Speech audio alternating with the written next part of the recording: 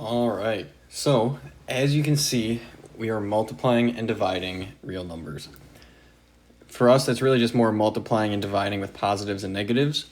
So these two charts at the top are going to be your best friend.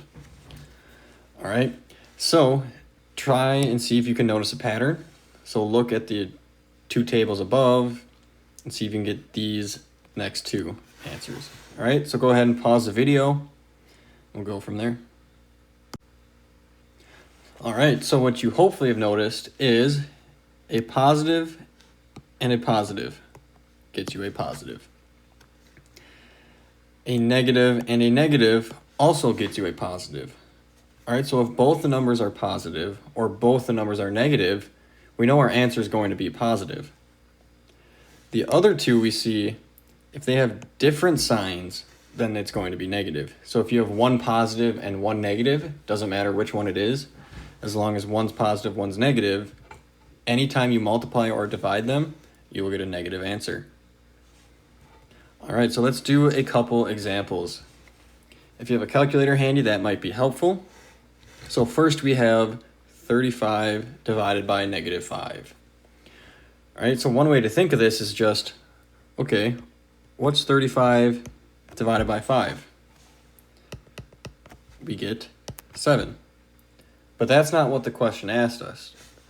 We have a negative 5. So we have one positive on top and a negative number on bottom.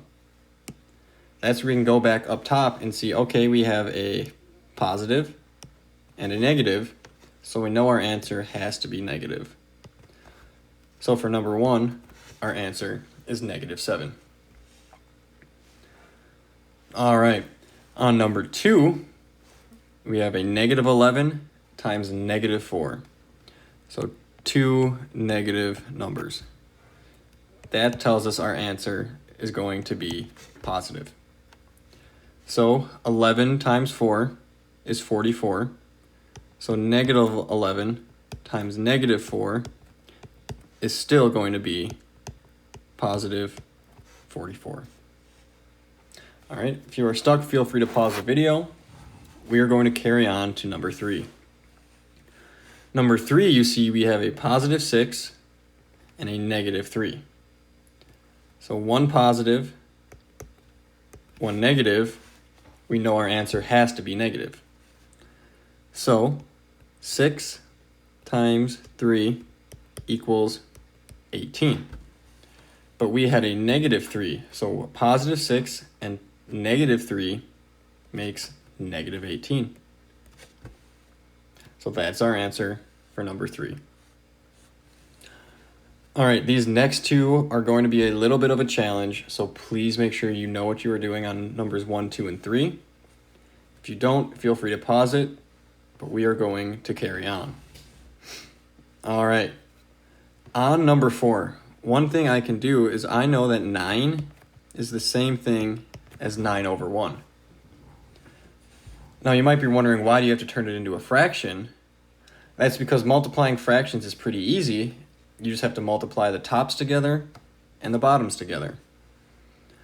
All right, so I have 9 over 1 times. Now I have a negative 3/4. Does it matter if that negative sign goes with a 3 or with a 4? Absolutely not. All right, so I like to put it on top. So negative 3 over 4. And now all we have to do, multiply straight across, multiply straight across. So 9 times negative 3. That gets us negative 27. Over 1 times 4 gives us 4. Right, we're not done here though. We want to take this answer and see, does 4 go into negative 27? If you grab your calculator, you'll notice you're going to get a decimal, so we can just leave our answer as negative 27 over 4. All right, here we go for number 5. Number 5 is a challenge because we have a division sign. All right, so I want you just to follow along with me, and there's one key thing that we need to cover. All right, first we can say negative 6 is the same thing as negative 6 over 1. All right, so I will change this to negative 6 over 1 divided by negative 2 over 3. All right, we have two negative signs. So I'm going to go ahead and highlight those. The reason I highlighted those is that's going to show us for sure we have a positive answer. All right, but you might be stuck with this dividing by a fraction. We haven't covered that yet. All right, so one thing we can do, it's called multiply by the reciprocal. So what that means is I need to look right there at that divided by negative 2/3. So what I mean by multiply by the reciprocal is I have negative 6 over 1, but instead of dividing, I'm multiplying now. But you have to think of the reciprocal means to flip-flop the fraction. So this negative 2/3 becomes negative 3 over 2. So all I did was, instead of divide by a fraction, I flipped the second fraction and multiplied instead. That is going to make our lives much easier in the future. So now I have to multiply across the top. So negative 6 times negative 3. Remember, two negatives make a positive.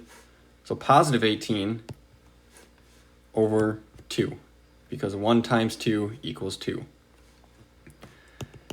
Now, hopefully you see this and go, okay, that's not a good enough answer. We can simplify that even more. So if you have a calculator, you can do 18 divided by 2, or if you know it off the top of your head, you get 9. All right, that is it for today. Go ahead and do the practice and finish your LT check. Good job.